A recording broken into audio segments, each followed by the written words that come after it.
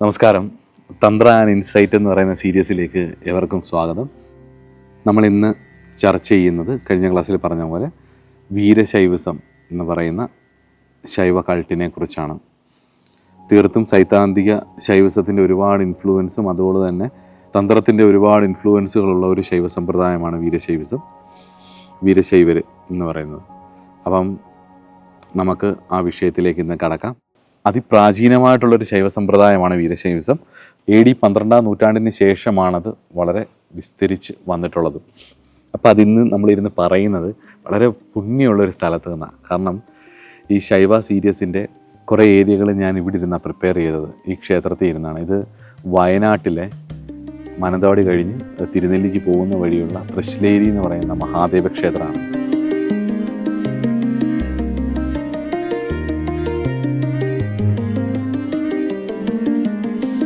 ഇവിടെ ശിവരാത്രി വ്രതവും അതിൻ്റെ തലേദിവസവും ശിവരാത്രി കിടന്നു. തൊട്ടടുത്ത ദിവസം തിരുനെല്ലി പോയി. അതിനുശേഷം ഇവിടെയായിരുന്നു. ഞാൻ കുറച്ച് ദിവസങ്ങളായിട്ട് തന്നെ ഭഗവാന്റെ ചുറ്റുവട്ടത്ത് തന്നെയാണ് ഉള്ളത്. ഇവിടെ ഇരുന്നാണ് ഞാൻ ഈ ശൈവ സമ്പ്രദായങ്ങളുടെ വിഷയങ്ങളൊന്ന് ക്രോഡീകരിച്ചതും എൻ്റെ പല യാത്രക്കിടയിൽ പല ക്ഷേത്രങ്ങളിലും പല ശിവക്ഷേത്രങ്ങളിലും പല ആധ്യാത്മിക സ്ഥലങ്ങളിലും, പ്രത്യേകിച്ച് വാരണാസി അതുപോലെ തന്നെ തമിഴ്നാട്ടിലെ പഞ്ചഭൂത ക്ഷേത്രങ്ങളിലുമൊക്കെ പോയ സമയത്ത് ആ സമയത്ത് അവിടെ വെച്ച് മനസ്സിലാക്കിയ കാര്യങ്ങളും അവിടുന്ന് കിട്ടിയ പുസ്തകങ്ങളിൽ നിന്ന് കിട്ടിയതും അവിടെ വെച്ച് കണ്ടിട്ടുള്ള ആൾക്കാരിൽ നിന്ന് മനസ്സിലാക്കിയത്, അതുപോലെ തന്നെ പഠനാവശ്യമായിട്ട് റിസർച്ചിൻ്റെ ഭാഗമായിട്ടൊക്കെ ഈ വിഷയത്തെക്കുറിച്ച് അറിയാനുള്ള ആഗ്രഹം കൊണ്ട് വായിച്ച പുസ്തകങ്ങളിൽ നിന്നും അല്ലെങ്കിൽ ആ സ്ഥലത്ത് വെച്ചൊക്കെ ഞാൻ ഒരുപാട് കാര്യങ്ങൾ പ്രിപ്പയർ ചെയ്തിട്ടുണ്ട്. പക്ഷേ ഇതിൻ്റെ ഒരു ക്രോഡീകരണം പോലെ അവസാനിച്ചത് തൃശ്ശേരി മഹാദേവ ക്ഷേത്രത്തിൻ്റെ മുന്നിലാണ്. അത് പറയുമ്പോൾ തന്നെ ഒരു തലോടൽ പോലൊരു കാറ്റ്, ഭഗവാന്റെ ഒരു അനുഗ്രഹം പോലെ. അപ്പം ഇവിടെ ഇരുന്നിട്ടാണ് അതിനെ ഒരു ക്രോഡീകരിക്കാൻ പറ്റിയ പല ബുക്കുകളിൽ പല ഡയറികളിൽ പല സമയങ്ങളിൽ എഴുതി വെക്കുകയും പല നോട്ട് പാഡുകളിൽ പലപ്പോഴായിട്ട് ടൈപ്പ് ചെയ്ത് വെക്കുകയും ചെയ്തിട്ടുള്ള കാര്യങ്ങളാണ് ഇപ്പം ഒരുമിച്ച് ക്രോഡീകരിച്ച് നമ്മളൊരു വീഡിയോ സീരീസ് പോലെ ഒരു സമയമായപ്പോൾ തന്ത്രയുടെ സീരീസ് ചെയ്യുന്ന സമയത്ത് നാച്ചുറലിയാണ് ഈ വിഷയം പറയാൻ ഉദ്ദേശിച്ചതല്ല. ആക്ച്വലി തന്ത്ര വേറൊരു രീതിയിൽ തന്ത്ര ഉപാസനകളെക്കുറിച്ചും ഉപാസനയിലുണ്ടാകുന്ന അനുഭവങ്ങളെക്കുറിച്ചും ഉപാസനയിലുണ്ടാകുന്ന തടസ്സങ്ങളെക്കുറിച്ചും ഒക്കെയാണ് ഞാൻ കൂടുതലായിട്ട് പറയാൻ ആഗ്രഹിച്ചതും ശ്രമിച്ചതും. പക്ഷെ അറിയാതെയാണ് ഒന്ന് രണ്ട് കാര്യങ്ങൾ വന്നപ്പോൾ, ഒന്ന് രണ്ട് റിക്വസ്റ്റുകൾ വന്നപ്പോൾ ഈ വിഷയങ്ങളെക്കുറിച്ചൊക്കെ ശൈവ കൾട്ടുകളെക്കുറിച്ചും വൈഷ്ണവ കൾട്ടുകളെക്കുറിച്ചും ഇന്ന് കാണുന്ന തന്ത്രശാസ്ത്രം എങ്ങനെയാണ്, ഇന്ന് കാണുന്ന താന്ത്രിക ആചാരങ്ങളും ക്ഷേത്രങ്ങളുമൊക്കെ എങ്ങനെയാണ് ഈ തലത്തിലേക്ക് വന്നത് എന്നുള്ളതൊക്കെ മനസ്സിലാക്കണമെങ്കിൽ നമുക്ക് പഴയ കാര്യങ്ങൾ മനസ്സിലാക്കണം എന്നുള്ളത് കൊണ്ടാണ് ഇതിങ്ങനെ വിശദമായിട്ട് പഠിക്കാൻ ശ്രമിച്ചത്. അതിന് നമ്മളെ ഏറ്റവും കൂടുതൽ അനുഗ്രഹിച്ച ഭഗവാനാണ് തൃശ്ശേരി മഹാദേവ ക്ഷേത്രം. ഞാൻ ആദ്യമായിട്ടാണ് ഇവിടെ വരുന്നത്. ഞാൻ ഇവിടെ വന്ന് കഴിഞ്ഞപ്പം ഉള്ളിലൊരു തോന്നലുണ്ടായി ഇവിടെ ഇരുന്ന് തന്നെ ഇത് ചെയ്യാം എന്നുള്ളത്. അപ്പം അങ്ങനെയാണ് ഇവിടെ ഇരുന്നാണ് ഇത് പ്രിപ്പയർ ചെയ്തതും എല്ലാം. നല്ല സുഖമാണ്. പ്രത്യേകിച്ച് ഇതിൻ്റെ മുകൾ ഭാഗത്തൊരു പരദേവതയുണ്ട്.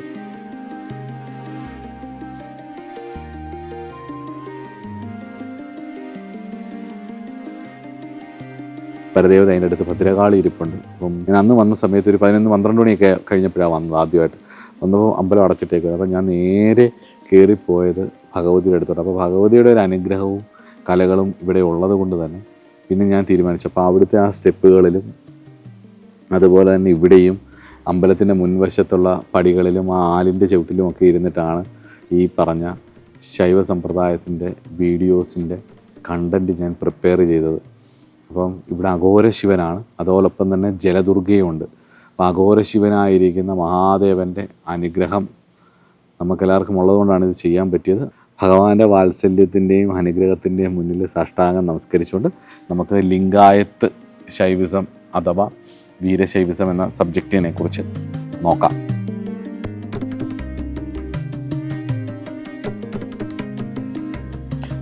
അതിപ്രാചീനമായിട്ടുള്ള ഒരു ശൈവ സമ്പ്രദായമാണ് വീരശൈവിസം. എന്നാൽ 12-ാം നൂറ്റാണ്ടിന് ശേഷമാണ് തെക്കേ ഇന്ത്യയിൽ, പ്രത്യേകിച്ച് കർണാടക ദേശത്ത് വീരശൈവിസം വളരെ വിശദമായിട്ടും വളരെ വിപുലമായിട്ടും വിസ്തരിച്ചും വികസിക്കുന്നത്. വീര എന്നാൽ ബ്രേവ് എന്നാണ് അർത്ഥം. അത് വളരെ വീരന്മാരായിരിക്കുന്ന ശൈവന്മാർ, ഭഗവാനെ ആശ്രയിക്കുന്ന വീരന്മാരായിട്ടുള്ള ആൾക്കാർ എന്നാണ് ഇതിൻ്റെ ഒരു അർത്ഥം.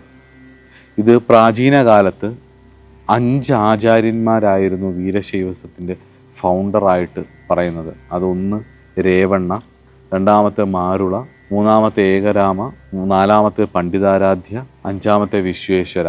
ഈ 5 പേരാണ് മിസ്റ്റിക്കൽ ഫൗണ്ടർ. വീരശൈവസത്തിൻ്റെ 5 മൊനാസ്ട്രികൾ ഇന്ത്യയുടെ 5 ഭാഗത്തായിട്ട് സ്ഥാപിച്ചു എന്നാണ് പറയുന്നത്.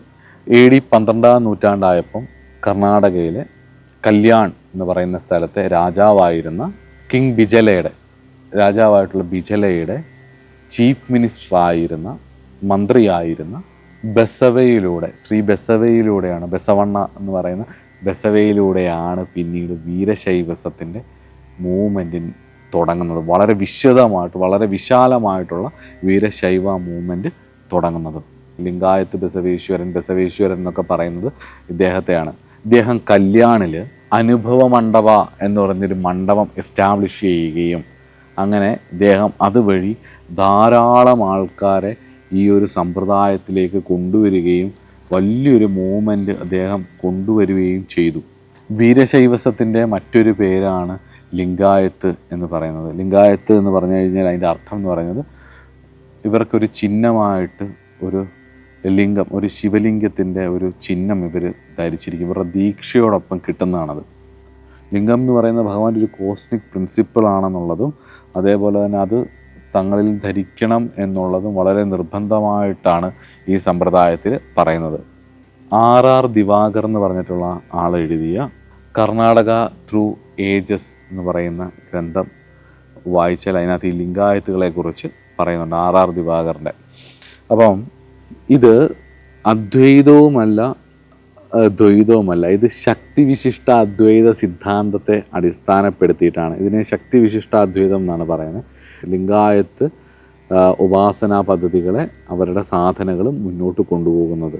ചില ഗ്രന്ഥങ്ങളിൽ ശിവാദ്വൈതം എന്നും കിടപ്പുണ്ട്, പക്ഷേ അത് കൂടുതലും പറയുന്നത് ശക്തിവിശിഷ്ടാദ്വൈതമായിട്ട് തന്നെയാണ് ഈ ഒരു പ്രിൻസിപ്പിളിനെ പറയുന്നത്. 12-ാം നൂറ്റാണ്ടിൽ ശക്തിവിശിഷ്ടാദ്വൈതത്തെ ബേസ് ചെയ്തിട്ടുള്ള മൂവ്മെൻ്റാണ് വാസ്തവത്തിൽ ലിംഗായത്തുകളുടെ ബേസ്. ലിംഗായത്ത് സമ്പ്രദായത്തിന്, ലിംഗായത്ത് ശൈവസത്തിൻ്റെ അല്ലെങ്കിൽ വീരശൈവസത്തിൻ്റെ ബേസ് എന്ന് പറയുന്നത്. ഇവരുടെ മെയിനായിട്ടുള്ള കാര്യം എന്ന് പറഞ്ഞാൽ അറ്റാച്ച്ഡ് ടു ശിവനുമായിട്ട്, മഹാദേവനുമായിട്ട് അറ്റാച്ച്ഡ് ആയിരിക്കണം എന്നുള്ളതാണ്. എന്ത് കാര്യത്തിനും ഭഗവാന്റെ കൂടെ അറ്റാച്ച്ഡ് ആയിരിക്കണം. അതുപോലെ തന്നെ സ്ത്രീ പുരുഷ ഭേദമന്യേ എല്ലാവർക്കും ഒരുപോലെ ഭഗവാനെ വർഷിപ്പ് ചെയ്യാം എന്നുള്ളതും ഭഗവാനെ ആരാധിക്കാം എന്നുള്ളതും, ദീക്ഷയും സ്ത്രീ പുരുഷ ഭേദമന്യേ എല്ലാവർക്കും കിട്ടും എന്നുള്ളതും, അതുപോലെ തന്നെ ഭഗവാന്റെ ചിഹ്നമായിട്ടുള്ള ലിംഗം, അത് ആ കോസ്മിക് സിമ്പൽ ധരിക്കാനുള്ള അധികാരം സ്ത്രീക്കും പുരുഷനും ഒരുപോലെ ഉണ്ട് എന്നുള്ളതും, അതുപോലെ തന്നെ കാസ്റ്റ് സിസ്റ്റങ്ങൾ അംഗീകരിക്കാത്തതും, പ്രത്യേകിച്ച് 12-ാം നൂറ്റാണ്ടെന്നൊക്കെ പറയുന്നത് ആലോചിച്ച് നോക്കിയാൽ മനസ്സിലാവും. ആ കാലഘട്ടത്തിലെ ഒരു കാസ്റ്റ് സിസ്റ്റത്തെയൊക്കെ പൊളിച്ചിട്ട് എല്ലാവർക്കും ഭഗവാനെ പൂജ കഴിക്കാൻ ഈക്വലായിട്ട് എല്ലാവർക്കും തുല്യമായിട്ടുള്ള അവകാശങ്ങൾ നൽകുകയും ചെയ്തു എന്നുള്ളതാണ് വീരശൈവിസം അന്ന് ആ മൂവ്മെൻറ്റ് വരാനുള്ള പ്രധാന കാരണവും. വീരശൈവ സമ്പ്രദായത്തിലേക്ക് ദീക്ഷ കിട്ടിക്കഴിഞ്ഞാൽ, ഞാൻ മുമ്പേ പറഞ്ഞ പോലെ കാസ്റ്റും ആണ് പെണ്ണ് വ്യത്യാസമൊന്നുമില്ല ഈ സമ്പ്രദായത്തിൽ. എല്ലാവർക്കും ഒരുപോലെ ദീക്ഷ മേടിക്കാനും ജപിക്കാനും ധ്യാനിക്കാനും ഭഗവാനെ ആശ്രയിക്കാനും പറ്റും. അപ്പം അഷ്ടാവരണങ്ങളുടെ സപ്പോർട്ടോട് കൂടിയിട്ട് 6 സ്ഥലങ്ങളിലൂടെ, 5 ആചാരങ്ങളിലൂടെയാണ് മഹാദേവനിലേക്ക് എത്തേണ്ടതും. അങ്ങനെയാണ് ഇതിൻ്റെ കാര്യം. ഈ അഷ്ടാവരണം എന്താണെന്നുള്ളതും 6 സ്ഥലങ്ങൾ എന്താണെന്നുള്ളതും 5 ആചാരങ്ങൾ എന്താണെന്നുള്ളതൊക്കെ നമുക്ക് നോക്കാം. അതിനു മുമ്പ് ഈ ബസവേശ്വരൻ എന്ന് പറയുന്ന അദ്ദേഹത്തെക്കുറിച്ചൊന്ന് പറയണം. അദ്ദേഹത്തിൻ്റെ ഒരു മൂവ്മെൻറ്റ് നമ്മൾ ഒരു സ്പിരിച്വലായിട്ടൂടെ പഠിക്കുമ്പോൾ നമുക്ക് ഈ ശ്രീനാരായണ ഗുരുദേവനെ പോലെയൊക്കെ ഒരു നവോത്ഥാനത്തിൻ്റെ ഒരു കാര്യങ്ങൾ പറയാം. അദ്ദേഹം ഒരു പൊളിറ്റീഷ്യനും കൂടിയായിരുന്നു, ഭയങ്കര റെവല്യൂഷണറി ആയിരുന്നു. The politician, the revolutionary and the മിസ്റ്റിക്കായിരുന്നു. അതേപോലെ തന്നെ ഫിലോസഫിക്കലുമായിരുന്നു. അദ്ദേഹത്തിൻ്റെ ഇൻഫ്ലുവൻസ് ആ കാലഘട്ടത്തിൽ തന്നെ ആയിരക്കണക്കിന് ആൾക്കാരിലേക്ക് എത്തുകയും ആ കാലഘട്ടത്തിലും അദ്ദേഹത്തിൻ്റെ കാലഘട്ടത്തിനും ശേഷം അദ്ദേഹത്തിൻ്റെ ഫിലോസഫീസും ഇൻഫ്ലുവൻസും ധാരാളമായിട്ട് സാധാരണ ആൾക്കാരിലേക്കും എല്ലാവരിലേക്കും ഒരുപോലെ എത്തിച്ചേരുകയും ഇന്നും നമ്മൾ ഈ സംസാരിക്കുന്ന ഈ കാലഘട്ടത്തിലും കർണാടക രാഷ്ട്രീയത്തിൽ ലിംഗായത്തുകളുടെ ഇൻഫ്ലുവൻസ് എത്രത്തോളം ഉണ്ടെന്നുള്ളത് പഠിക്കാൻ നിങ്ങൾക്ക് വിട്ടുതരണം. അപ്പോൾ ഒരാൾ 12-ാം നൂറ്റാണ്ടിൽ തുടങ്ങിയ ഒരു കാര്യം ഇന്നും സിദ്ധനായിരുന്നു. അദ്ദേഹം യോഗിയായിരുന്നു, അതേപോലെ തന്നെ ഒരു നവോത്ഥാന നായകനും കൂടിയായിരുന്നു. അതുകൊണ്ട് തന്നെ ആ ഒരു കൾട്ട്, ആ ഒരു സ്റ്റൈല് ഇവരുടെ ആരാധന രീതികളിലും കാണാം. പൂർണ്ണമായിട്ടും താന്ത്രിക ഇൻഫ്ലുവൻസ് ഈ ആരാധനാ രീതിക്കുണ്ട് എന്നുള്ളതിൽ ഒരു മാറ്റവുമില്ല. പ്രത്യേകിച്ച് ഈ തന്ത്രം അംഗീകരിക്കുന്ന തന്ത്രത്തിൻ്റെ ഒരു രീതിയുണ്ടല്ലോ, ഈ കാസ്റ്റ് ക്രീഡ് ഇതൊന്നും നോക്കാത്ത സ്ത്രീ പുരുഷ ഭേദമന്യേ എല്ലാവരെയും ആരാധിക്കുന്ന, പിന്നെ ഈ ചിഹ്നങ്ങൾ, താന്ത്രിക ചിഹ്നങ്ങൾ, ദീക്ഷ, ഗുരുവിനും അത്രയും പ്രാധാന്യം വരുന്നത്, ഇതൊക്കെ തന്ത്രത്തിൻ്റെ ഒരു രീതികളാണ്. അപ്പോൾ ഈ രീതികളെല്ലാം ലിംഗായത്തുകളുടെ വീരശൈവരുടെ ഉപാസനയിൽ നമുക്ക് കാണാം. നമുക്കിനി ഈ വീരശൈവ സമ്പ്രദായത്തിൻ്റെ സ്പെസിഫിക് റൂൾസ് ആൻഡ് റെഗുലേഷൻസും ഒക്കെ ഒന്ന് നോക്കാം. Union between soul and the eternal reality. പരമശിവനുമായിട്ടുള്ള യൂണിയൻ, പരമശിവനും സോളും തമ്മിലുള്ള യൂണിയനാണ്. Union between soul and eternal reality. ഇത് ഇറ്റേണൽ റിയാലിറ്റി എന്നിവിടെ പറയുന്നത് പരമശിവനാണ്. ഇത് തമ്മിലുള്ള ചേർച്ചയാണ്, ആ യൂണിയനാണ് വീരശൈവ സിദ്ധാന്തത്തിൻ്റെ അൾട്ടിമേറ്റായിട്ട് പറയുന്നത്. അതിനവർ 3 കാര്യങ്ങളാണ് പ്രധാനമായിട്ടും പറയുന്നത്.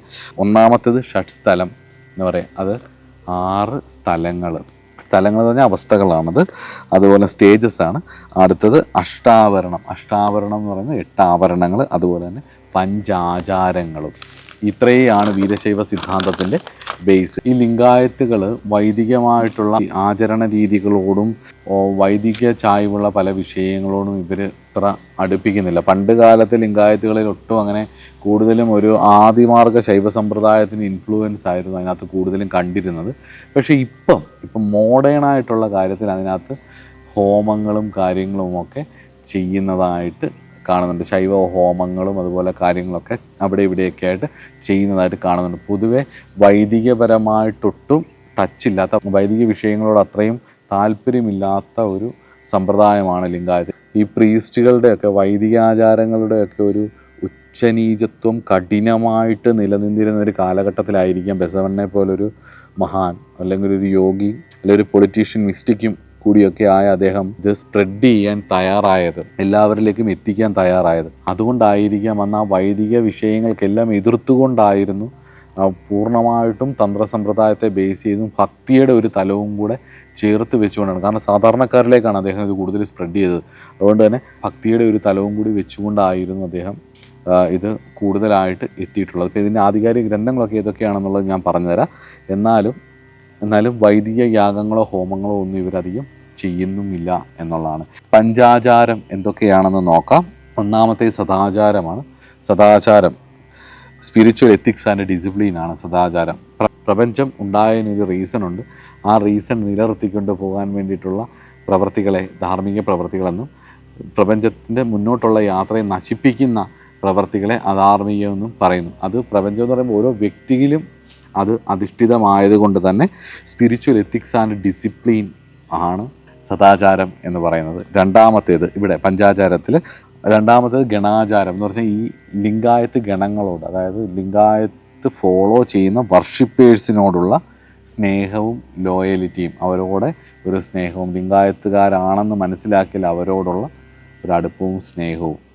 മൂന്നാമത്തേത് ഭൃത്യാചാരം, സേവ ചെയ്യാനുമൊക്കെയുള്ള, മറ്റുള്ളവരെ സപ്പോർട്ട് ചെയ്യാനൊക്കെയുള്ള ആചാരം. ഭൃത്യനെ പോലെ എല്ലാവരുടെയും സപ്പോർട്ട് ചെയ്തൊക്കെ നിൽക്കുകയും മറ്റുള്ളവരെ ഒരേ ഇതിൽപ്പെട്ടവരെ സപ്പോർട്ട് ചെയ്ത് നിൽക്കുകയൊക്കെ ചെയ്യുമ്പം നമ്മൾ ഈ സിഖുകാരുടെയൊക്കെ ഇടയിൽ പോകുമ്പോഴേ ചെരുപ്പൊക്കെ അവർ അങ്ങ് വാങ്ങിക്കും. വാങ്ങിച്ച് ചെരുപ്പ് കൊടുത്ത് അവർ കൈകൊണ്ടെടുത്താണ് വെക്കുന്നത്. അപ്പം അങ്ങനെ ഒരു സേവ പോലെ ചെയ്യണം. അപ്പോൾ ഭൃത്യാചാരം ആചാരങ്ങളിൽ മൂന്നാമത്തെ ആചാരമാണ്. നാലാമത്തെ കാര്യം എന്ന് പറയുന്നത് ശിവാചാരമാണ്. ശിവാചാരം എന്ന് പറയുന്നത് body and service to Shiva, അതുപോലെ തന്നെ മേത്ത് ധരിച്ചിരിക്കുന്ന ലിംഗം, അതുപോലെ തന്നെ മോങ്ക് ജഗ്ഗമ്മ എന്ന് പറയും, അവരുടെ ഗുരു, അവരുടെ ഏറ്റവും ഉയർന്ന ആചാര്യൻ, ഇവർക്ക് 3 പേർക്കും വേണ്ടിയിട്ടുള്ള സർവീസിന് വേണ്ടിയിട്ടാണ്, അല്ലെങ്കിൽ ആ സർവീസാണ് പ്രത്യേകിച്ച് ശിവന് വേണ്ടിയിട്ടുള്ള ഈ ശരീരവും മനസ്സും അത് ശിവന് വേണ്ടിയിട്ടുള്ള സർവീസാണ് എന്നുള്ളതാണ്. ഭഗവാന് വേണ്ടിയിട്ടും അതുപോലെ തന്നെ ഗുരുവിന് വേണ്ടിയിട്ടുള്ള സർവീസാണ് എന്നുള്ളതാണ് വീരശൈവസത്തിൻ്റെ പഞ്ച ആചാരങ്ങളിൽ ഒന്ന്. അടുത്ത 5ാമത്തെ ആചാരം എന്ന് പറയുന്നത് ലിംഗാചാരമാണ്. വിയറിങ് ഇഷ്ടലിംഗങ്ങൾ ഇടാനുള്ള ഇത്. അതുപോലെ തന്നെ ആഫ്റ്റർ ഇനിഷ്യേഷൻ, ദീക്ഷ കഴിഞ്ഞ ശേഷം ഇവർക്ക് വേറെ ഒരു ദേവതയ്ക്ക് ശിവനോളം പ്രാധാന്യമില്ല. സർവ്വദേവതകൾക്കും സർവ്വചൈതന്യങ്ങൾക്കും സർവ്വതിൻ്റെയും അതിദേവതയായിട്ട് മഹാദേവനായി തന്നെ കാണണം എന്നുള്ളതാണ് 5ാമത്തേത്. ലിംഗാചാരം എന്ന് പറയുന്നത് ലിംഗം ശരീരത്തിൽ എപ്പോഴും ഉണ്ടാവണം, അവരുടെ ദീക്ഷാ ചിഹ്നമായിട്ട് എപ്പോഴും ഉണ്ടാവണം. അതുപോലെ തന്നെ സർവ്വദേവതകൾക്ക് മുകളിലായിട്ട് മഹാദേവനെ അല്ലാതെ മറ്റൊരു ദേവതയെ കാണാനും പാടില്ല എന്നുള്ളതാണ്. ഇതാണ് പഞ്ചാചാരങ്ങൾ. ഇനി അഷ്ടാവരണങ്ങൾ എന്താണെന്ന് നോക്കാം. അഷ്ടാവരണങ്ങൾ എന്ന് പറയുന്നത് ഒന്നാമത്തേത് ഗുരുവാണ്. ഗുരുവിൻ്റെ അനുഗ്രഹവും ഗുരുവും വേണം ഇതിനകത്ത്. രണ്ടാമത്തേത് അവർ ധരിക്കുന്ന ലിംഗമാണ്, അതുപോലെ തന്നെ ലിംഗപൂജകൾ, അവർ ധരിക്കുന്ന ലിംഗം. മൂന്നാമത്തേത് ജംഗമ്മ. ജംഗം എന്ന് പറയുന്നത് സാധന ജംഗമം എന്നൊക്കെ പറയത്തില്ല. അപ്പോൾ ജംഗം എന്ന് പറയുന്നത് സംസ്കൃത അർത്ഥത്തിൽ മൂവബിൾ ഒബ്ജക്റ്റ് എന്നാണ് അർത്ഥം, മൂവബിൾ ആയിട്ടുള്ള ഒബ്ജക്റ്റ് എന്നാണ് അർത്ഥം. പക്ഷേ ഇവിടെ ജംഗമ്മ എന്ന് പറയുന്നത് ഈക്വൽ ടു അൾട്ടിമേറ്റ് ഗുരു, ആചാര്യൻ. അൾട്ടിമേറ്റുള്ള ആചാര്യൻ ഗുരുവാണ്. ഗുരുവിന് തത്തുല്യനായിട്ടുള്ള ആൾ എന്നാണ് ഇവിടെ അർത്ഥം. ആചാര്യനാണ് ഈക്വൽ ടു ഗുരുവാണ്. അടുത്തത് ഗുരു, ലിംഗം, ജംഗമം. മൂന്നാമത്തത് പാദോദകം അല്ലെങ്കിൽ പാദോദക എന്ന് പറയും. ഗുരുവിൻ്റെ പാദത്തിൽ നിന്ന് വരുന്ന ജലം, കാലൊക്കെ കഴിച്ച് കഴിയുമ്പോൾ വരുന്ന ജലം അല്ലെങ്കിൽ പുണ്യാഹം, തീർത്ഥം, ഗുരുവിൽ നിന്ന് വരുന്ന അനുഗ്രഹങ്ങൾ എല്ലാം. അഷ്ടാവരണങ്ങളിൽ അഞ്ചാമത്തേത് പ്രസാദമാണ്. ഗുരു തരുന്ന ബ്ലെസ്സിങ്സ്, അതുപോലെ തന്നെ ഫുഡും നിവേദ്യങ്ങളും, ഭഗവാൻ പൂജ കഴിഞ്ഞിട്ട് ഗുരു അനുഗ്രഹിച്ച് തരുന്ന ശിഷ്യന്മാർക്ക് കൊടുക്കുന്നതെല്ലാം തന്നെ വളരെ പ്രധാനപ്പെട്ട കാര്യമാണ്. അത് അഷ്ടാവരണങ്ങളിൽ അഞ്ചാമത്തേതാണ്. ആറാമത്തേത് വിഭൂതിയാണ്. അവരുടെ ചിഹ്നങ്ങളിൽ വിഭൂതി, അനുഗ്രഹിച്ച് തരുന്ന വിഭൂതി ആറാമത്തെ ആവരണമാണ്. ഏഴാമത്തേത് രുദ്രാക്ഷമാണ്. രുദ്രാക്ഷം ധരിക്കണം എന്നുള്ളത് നിർബന്ധമാണ്. രുദ്രാക്ഷത്തെ ശിവന് തത്തുല്യമായിട്ട് കാണണം എന്നുള്ളതാണ്. എട്ടാമത്തേത് മന്ത്രമാണ്. ഓം നമഃശിവായ എന്നുള്ള മന്ത്രം അല്ല ഇവിടെ നമഃശിവായ എന്ന് മാത്രമേ ഇവർ ഉപയോഗിക്കത്തുള്ളൂ. ലിംഗായത്തുകൾ ഓം ചേർക്കാതെ നമഃശിവായ മാത്രമാണ് ഉപയോഗിക്കുന്നത്. ഇപ്പം ഏകദേശം അഷ്ടാവരണങ്ങൾ ഏതൊക്കെയാണെന്ന് മനസ്സിലായി. ഗുരു, അത് ലിംഗം, അതുപോലെ തന്നെ ജംഗമ്മ എന്ന് പറഞ്ഞു കഴിഞ്ഞാൽ ആചാര്യൻ. പാദോദകം, അത് water from the feet of the guru, അതാണ് പാദോദകം. അടുത്തത് പ്രസാദം, അത് ഗുരു തരുന്ന ബ്ലെസ്സിങ്സും ഭക്ഷണവും അതുപോലെ തന്നെ അനുഗ്രഹങ്ങളും ഒക്കെയാണെന്ന് ഞാൻ പറഞ്ഞു. അതുപോലെ തന്നെ വിഭൂതി, ഭസ്മം, അതുപോലെ തന്നെ രുദ്രാക്ഷം, അതുപോലെ എട്ടാമത്തേത് നമഃശിവായ എന്നുള്ള മന്ത്രവും. ഇത്രയാണ് അഷ്ട ആവരണം എന്ന് പറയുന്നത്. ഇനി 6 സ്ഥലങ്ങളെക്കുറിച്ച് പറയാം. ഷഡ്സ്ഥലങ്ങൾ. ഒന്നാമത്തെ ഭക്തസ്ഥലം, ഭക്തന്മാർ കൂടുന്ന സ്ഥലം, ശിവഭക്തന്മാർ കൂടുന്ന സ്ഥലം. അടുത്തത് മഹേശ്വര സ്ഥലം, പിന്നെ പ്രാസാദി സ്ഥലം, പ്രാണലിംഗ സ്ഥലം, അതുപോലെ തന്നെ ശരണസ്ഥലം, ഐക്യസ്ഥലം, ഭക്തനായിട്ടിരിക്കുന്ന അവസ്ഥ. അതുപോലെ തന്നെ മഹേശ്വരൻ്റെ പൂജകൾ നടക്കുന്ന സ്ഥലങ്ങൾ, പ്രസാദാദികൾ കൊടുക്കുന്ന സ്ഥലങ്ങൾ, അതുപോലെ തന്നെ പ്രാണലിംഗ പ്രതിഷ്ഠയുള്ള സ്ഥലങ്ങൾ, ഈശ്വര പ്രതിഷ്ഠയുള്ള സ്ഥലങ്ങൾ, പ്രാണപ്രതിഷ്ഠയുള്ള ശിവക്ഷേത്രങ്ങൾ, അതുപോലെ തന്നെ ശരണസ്ഥലങ്ങൾ. അവസാനത്തേത് ഐക്യസ്ഥലം എന്ന് പറയുന്നത് സബ്റ്റിൽ യൂണിയൻ വിത്ത് ശിവയാണ്. ഫ്രീഡം ഫ്രം ദ കർമ്മത്തിൽ നിന്നും ഫ്രീ ആയിട്ട് പൂർണ്ണമായിട്ടും ശിവനുമായിട്ട് ചേരുന്നതാണ് ഐക്യസ്ഥലം എന്നവർ പറയുന്നത്. Union between soul and Shiva എന്നാണ് വീരശൈവ സൈദ്ധാന്തികരുടെ അൾട്ടിമേറ്റായിട്ട് പറയുന്ന ഐക്യസ്ഥലം എന്ന് പറയുന്നത്. അപ്പം മുക്താവസ്ഥയിൽ ശിവന് സമമായിട്ടെത്തുക എന്നുള്ളതാണ് വീരശൈവ സിദ്ധാന്തത്തിൽ പറയുന്നത്, അല്ലെ വീരശൈവ ആരാധനകളിൽ പറയുന്നത്. മുക്ത ശിവസമോഭാവേദിതി വായവീയ സംഹിതോക്തി എന്നാണ് പറയുന്നത്. അപ്പം മുക്തിയാണ് പരമമായിട്ടുള്ള അവസ്ഥയായിട്ട്, ശിവസമമായിട്ട്. മുക്തി എന്ന് പറയുന്നത് വായവീയ സംഹിതയിലൊക്കെ പറയുന്നത് വെച്ചിട്ട് നോക്കുമ്പോൾ മുക്തി എന്ന് പറയുന്നത് ശിവസമമായിട്ട് ആവുക എന്നുള്ള. അപ്പോൾ അത് തന്നെയാണ് ഇവിടെ വീരശൈവരുടെ അൾട്ടിമേറ്റായിട്ട് പറയുന്നത്. സിദ്ധാന്ത ശൈവസത്തിന് അവൈലബിൾ ആയിട്ടുള്ള ഗ്രന്ഥങ്ങളെ വെച്ച് നോക്കുമ്പോൾ വീരശൈവസത്തിന് അധികം പുസ്തകങ്ങൾ നമുക്ക് കിട്ടാനില്ല. കന്നഡയിൽ ധാരാളം ഗ്രന്ഥങ്ങളുണ്ട്. കാരണം ലിംഗായത്തുകൾ അവിടെ വളരെ സ്ട്രോങ് ആയിട്ടുള്ളൊരു കമ്മ്യൂണിറ്റിയാണ്. അവർ തന്നെ അത് ചെയ്തിട്ടുണ്ട്, ഒരുപാട് എണ്ണമുണ്ട്. പക്ഷേ നമുക്ക് സംസ്കൃതത്തിൽ ഈ സിദ്ധാന്ത ശൈവസത്തിലൊക്കെ കിട്ടുന്ന പോലെ അധികം ഗ്രന്ഥങ്ങൾ ഇല്ല. അതുപോലെ തന്നെ ഇംഗ്ലീഷിലും കുറവാണ്. ഉള്ളത് ഞാൻ പറയാം. ശിവാചാര്യൻ്റെ സിദ്ധാന്ത ശിഖാമണി ഒരു ഗ്രന്ഥമാണ്. ഏകോത്തര ശതസ്ഥലി ജക്കണാചാര്യൻ്റെ, അതുപോലെ തന്നെ അനുഭവസൂത്രത്തിൻ്റെ വിശേഷാർത്ഥ പ്രകാശിക്കുക എന്ന് പറഞ്ഞിട്ട് മായിദേവൻ്റേത്, അതുപോലെ ലിംഗധാരണ ചന്ദ്രിക എന്ന് പറയുന്നത് നന്ദികേശ്വര ശിവാചാര്യൻ്റെ, അതുപോലെ തന്നെ വീരശൈവാനന്ദ ചന്ദ്രിക എന്ന് പറഞ്ഞിട്ട് വേറൊരു ഗ്രന്ഥം. ഇത്രയൊക്കെയാണ് മെയിനായിട്ട് പറയുന്നത്. അതിവൈശിഷ്ട്യമുള്ള ഈ വീരശൈവ സമ്പ്രദായം തെക്കേ ഇന്ത്യക്കാരനായിട്ടുള്ള സായണ മാധവാചാര്യർ സർവദർശന സംഗ്രഹം എന്ന് പറയുന്ന ഗ്രന്ഥത്തിൽ, സർവദർശന സംഗ്രഹത്തിൽ പല നാസ്തികവും ആസ്തികവുമായിട്ടുള്ള പല മതങ്ങളെ, പല വിപരീത ദിശയിൽ പല രീതിയിലുള്ള മതങ്ങളെ കൂട്ടിയോജിപ്പിച്ചിട്ടുണ്ടെങ്കിലും അതിനെക്കുറിച്ചൊക്കെ പറഞ്ഞിട്ടുണ്ടെങ്കിലും പല മതങ്ങളുടെ അല്ല പല സമ്പ്രദായങ്ങളിലെ സൈദ്ധാന്തികൾ, ഇപ്പോൾ ശിവസമ്പ്രദായം തന്നെ അദ്വൈതവും ദ്വൈതവുമായിട്ട് രണ്ടുപേരും അങ്ങോട്ടും ഇങ്ങോട്ടും ചേരാത്ത രീതിയിലുള്ള ശൈവസമ്പ്രദായങ്ങളെ പറഞ്ഞപ്പം എന്തുകൊണ്ടാണ് ഈ സൗത്ത് ഇന്ത്യയിൽ ഇത്രയും പ്രശസ്തമായിട്ടുള്ള ഈ വീരശൈവ സമ്പ്രദായം അല്ലെ വീരശൈവ സിദ്ധാന്തം അല്ലെ ലിംഗായത്ത് സിദ്ധാന്തം എന്തുകൊണ്ടാണ് സായണ മാധവാചാര്യർ ചേർക്കാഞ്ഞത് എന്നുള്ളത് അതിശയമായിട്ടാണ് തോന്നുന്നത്. അതിന് എന്തെങ്കിലും കാരണം ഉണ്ടാവുമായിരിക്കും, അറിയില്ല. കൂടുതലായിട്ട് വീരശൈവ സമ്പ്രദായങ്ങളെക്കുറിച്ച് നമ്മൾ പഠിക്കാൻ ശ്രമിക്കുകയും മനസ്സിലാക്കുകയും ചെയ്താൽ നമുക്ക് പൂർണ്ണമായിട്ടും മനസ്സിലാവുന്നൊരു കാര്യം എന്ന് പറയുന്നത്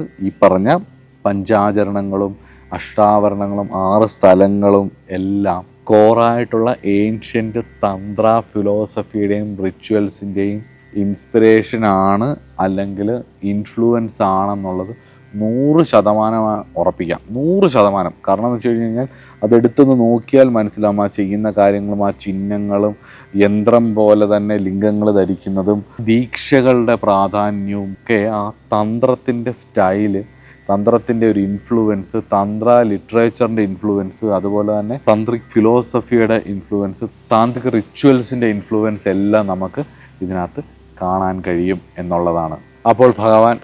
അപ്പോൾ ഏകദേശം ഇത്രയൊക്കെയാണ്. വീരശൈവ വിഷയവുമായിട്ട് ബന്ധപ്പെട്ടിട്ട് ഒരുപാട് ഇംഗ്ലീഷ് ടെക്സ്റ്റുകൾ അവൈലബിൾ ആണ്. നിങ്ങൾ ഇൻ്റർനെറ്റിൽ അത് നോക്കിയാൽ മനസ്സിലാവും. ലിംഗായത്തുകളുടെ history of Lingayat, rituals of ലിംഗായത്തുകൾ എന്നൊക്കെ പറഞ്ഞിട്ട് ഈ കന്നഡ ബുക്കുകൾ തന്നെ ഇംഗ്ലീഷിലേക്ക് ട്രാൻസ്ലേറ്റ് ചെയ്തതൊക്കെ നിങ്ങൾക്ക് കിട്ടുകയും ചെയ്യും. ഒരുപാട് പുസ്തകങ്ങളുണ്ട്, അതുകൊണ്ടാണ് ഞാൻ എടുത്ത് പറയാത്തത്. അപ്പം വീരശൈവ സിദ്ധാന്തം ഫോളോ ചെയ്യുന്നവരെ ഭഗവാൻ മഹാദേവൻ അനുഗ്രഹിക്കട്ടെ എന്ന് പ്രാർത്ഥിക്കുന്നു.